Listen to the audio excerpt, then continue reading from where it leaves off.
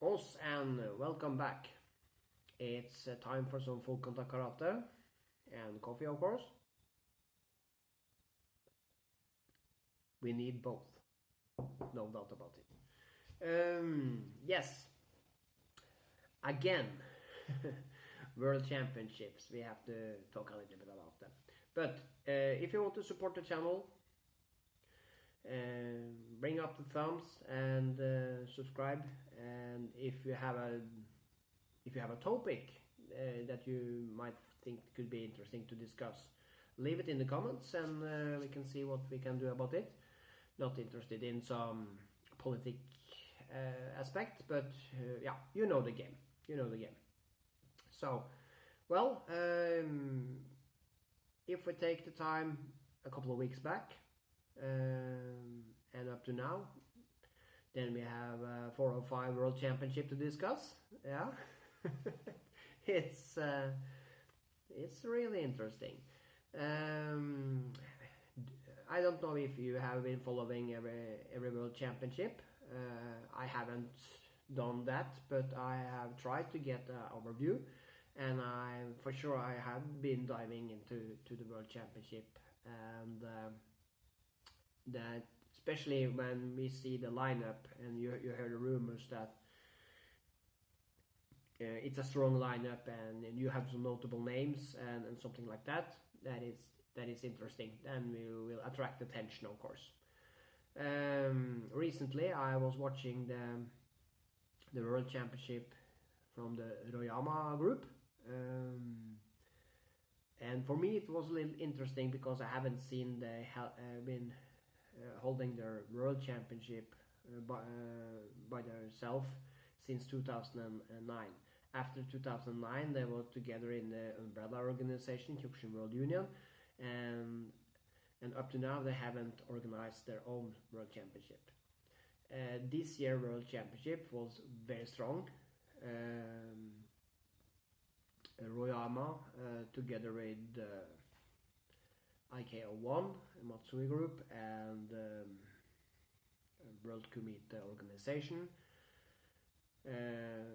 Maybe more, but at least those three choose to have Russian into the Russian athletes into the organization or into the World Championships. And well, okay, they have made a choice on that one. I made my statement on the first chapter, so I will stand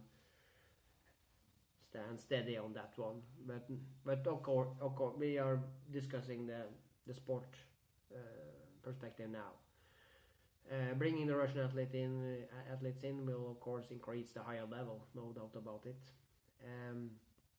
And looking into the Royama tournament, we could see Kazakhstan being a great nation, having many strong fighters, and together with Russia, they was dominant in on the podium. But also a Japanese fighter was coming up and winning one of the categories. But the level of the fighting was really good, really strong.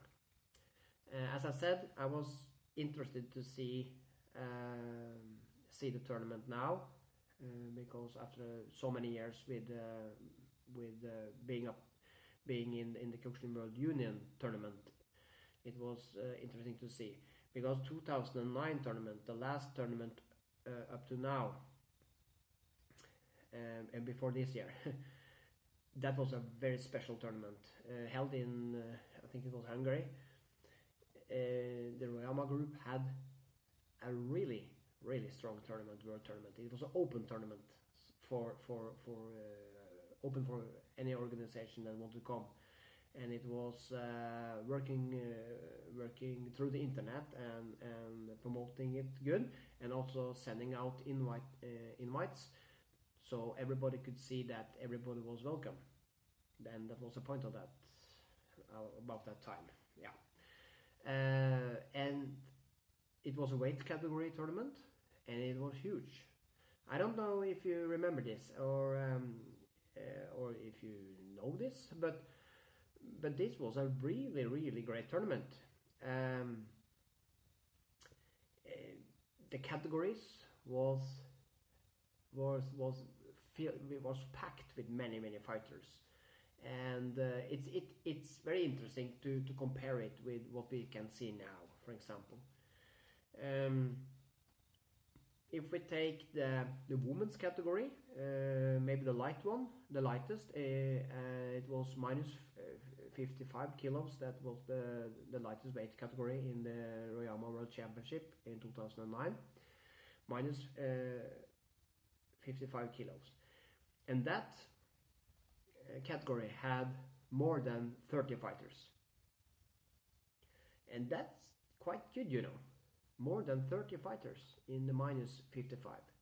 And especially when we think about this was in Europe, held in Europe. Yes, it was a world championship and it was Japanese fighters now, but if you have the same thing in Japan, the lower weight category will fill up more than it will be in Europe. And if we take the opposite side, in the men's division, and it was 4 weight categories in the men's division: minus 70, minus 80, minus 90, and the super heavyweight plus 90 kilos.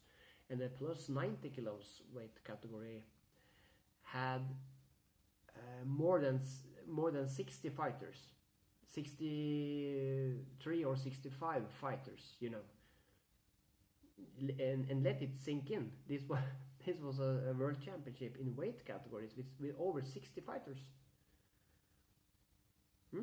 So it was a really strong tournament, really strong. I don't think we have anything. We have the World Fukuoka Karate Organization. The first World Championship that was held in 2018. That is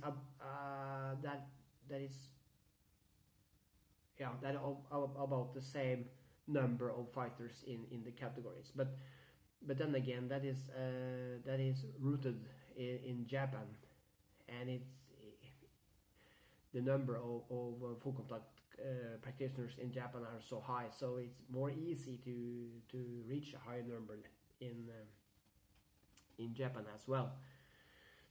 So I just wanted to talk a little bit about that, because that was some really good thing. But look it up if you're not familiar with it. I am quite sure. Yeah, you have videos of this on YouTube. Gabor Rosa from Hungary was winning the lightweight, for example.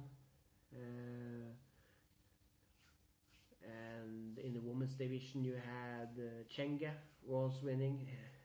That was her as a green belt. She won the world championship in that categories, and many years after she did also win in 2015. She did win the WKO Shin-Kyokushin world championship. So in the open weight, yeah. But okay, that was the Royama group, and it was quite interesting to see they are back in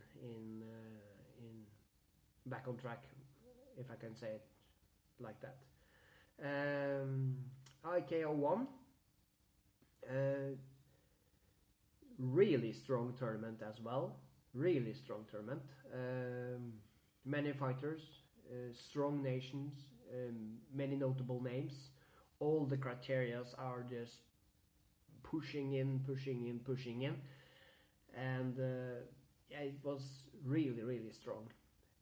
But the dominance of Japan and Russia are so strong now, so it's very hard to come from another nation and try to penetrate and try to work your way up, because the level and the number of fighters, as I said, from these two nations they're so dominant coming through, and it was Russian victory in the men's division, Japan in the women's division as well. So that was a strong tournament, really strong. I'm always looking a little bit when you see, not only in Kyokushin, but when you see one nation being too dominant. That's not a good thing. then you will see people lose the interest. And I can give you a good matter of fact, I can give you a very good example on that. Coming from Norway, this will not be Kyokushin, but coming from Norway, we have cross-country skiing. That is something the Norwegians are very proud of, and we are being in the top level in the world for many years. That's our soul. But this is not a huge part internationally, but huge enough. But Norway become very dominant in this sport. It was not almost like it's not like no, if Norway will win, but how many will win? How many Norwegian will come on the podium? It was more like that, and this is the point. Even in Norway, people begin to lose interest because now the Norway team will win. They started, a matter of fact, to lose interest because it was all given. And taking it back to Kyokushin, this is something to think about. And I've seen a couple of years ago, I saw a stream. I was watching a stream because the tournament was long away, couldn't go. And in that, there was a European Championship, and in that, in the end of the tournament, through the quarterfinals, it was at a regular basis, I can say, to put it that way. But into the semifinals, it was only one nation. It was only one nation coming through, and that was the same in almost every category. And you could see the number of viewers on the live stream was dropping, and it was dropping fast. And this is when you're going into the semifinals and the finals in the tournament. It should be going upwards. It was dropping fast down. People was losing the interest. They were not interested to see it, matter of fact. So that's something that could be a little bit to think about. Yeah. Anyway, I'm seeing more championships. I talked about the Shin-Kyokushinkai World Championship, and I was there. Really enjoyed it. So I won't go deep into that because I have done it before. I was talking about. I haven't done the women's category, but funny enough, what have I just said? If you have one nation being really dominant, it's hard to hold the interest. It's everything is given in an early point of view. So that is something to think about. But for me, I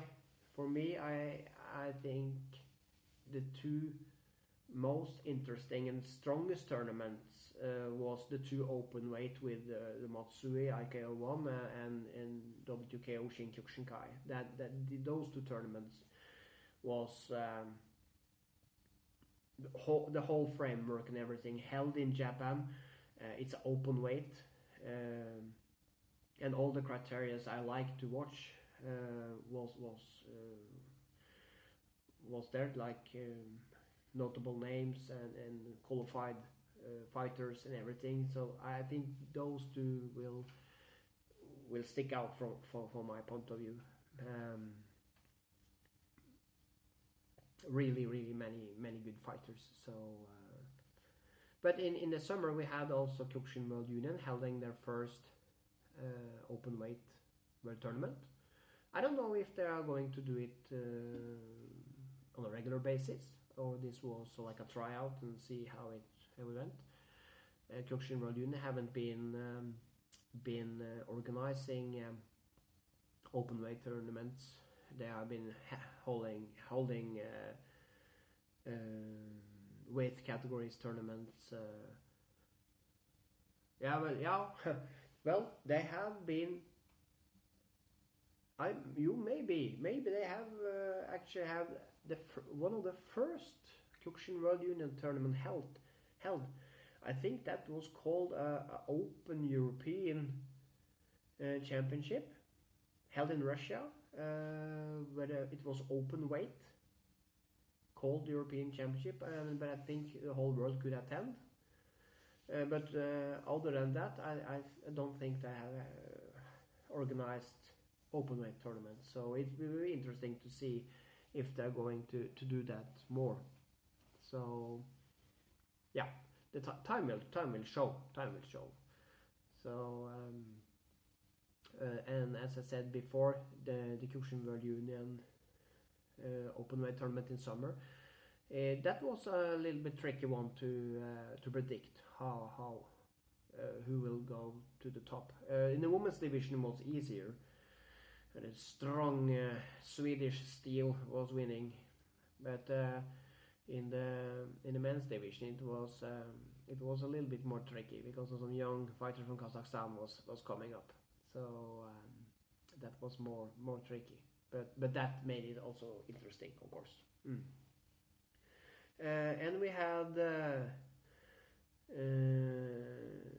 the World Kyokushin Budokai. Also, first time have an open World Championship. I was watching that as well. I liked how it was put together, and it looks really good. I had some friends going into the tournament, so I have been talking a little bit about the tournament with them. I felt it was, when I saw the lineup, it was okay. It was the categories was good, and it had some notable names as well. For me, it was I think it was quite easy to predict how the podium would look with the first with the fighters in the women's division, and as well in the men's division, because you had some really good fighters that had been they are on fire at the time. So in the men's division, you have a Polish fighter for Simon Olpinski or something like that. Really strong.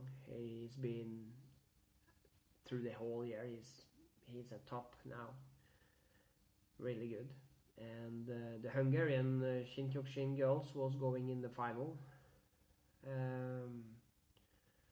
European champion Berta was fighting Victoria Boca, I think. So it was a good, looks like a good tournament.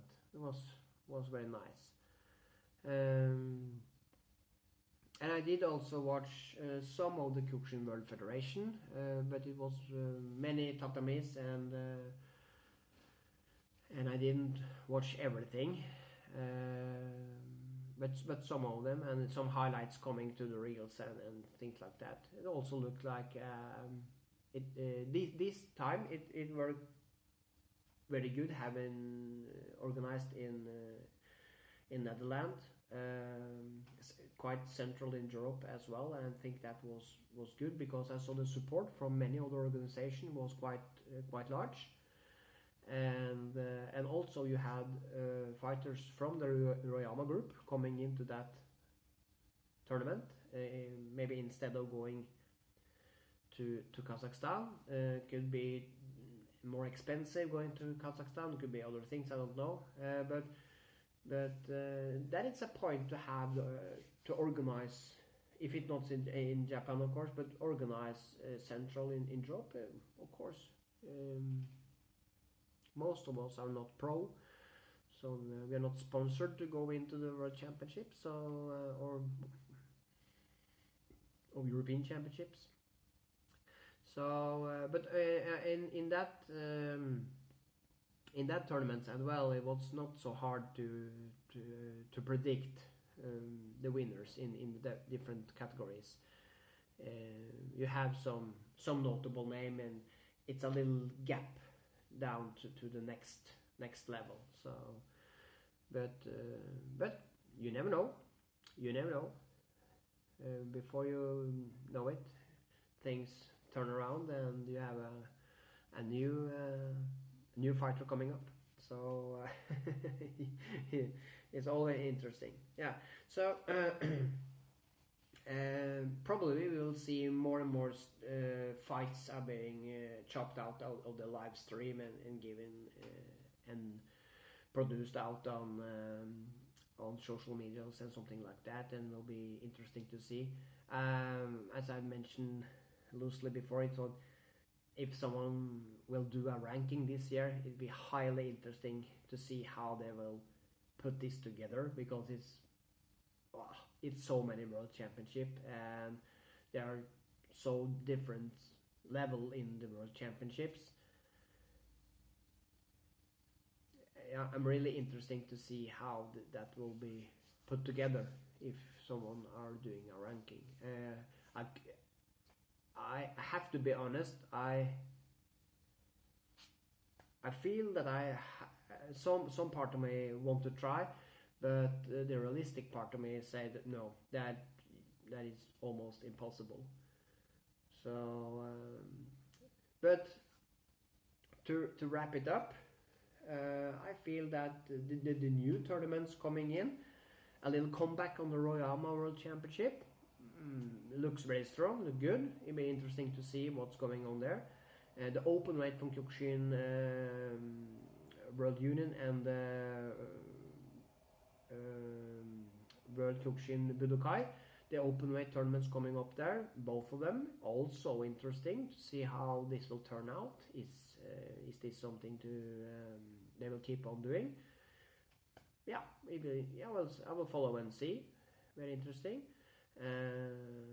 But the two large tournaments for me, and that again, that doesn't have to weigh in more than you want, will be LKO1 with the Matsui group, and WKO, the Shin-Kyokushinkai.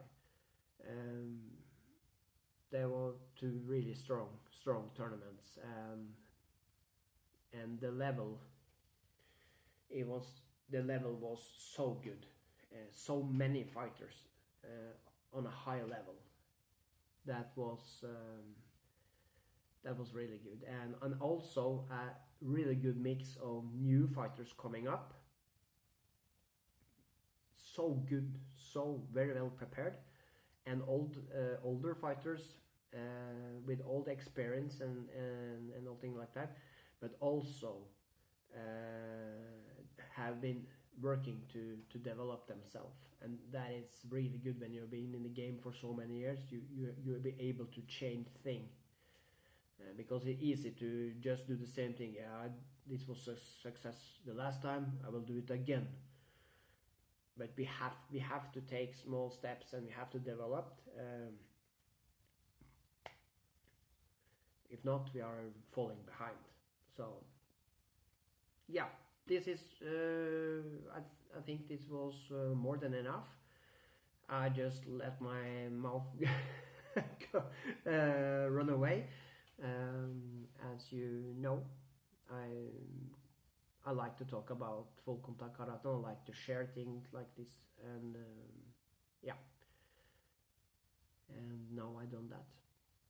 It's also some of the world championships that I not have been talking so much about yet. Two things: I haven't reached enough information at this point to come out and talk about it yet. And it's so many. But we keep it sharp. Well, till next time. Have a good time and take care of yourself. It's soon Christmas, and You may all walk in peace.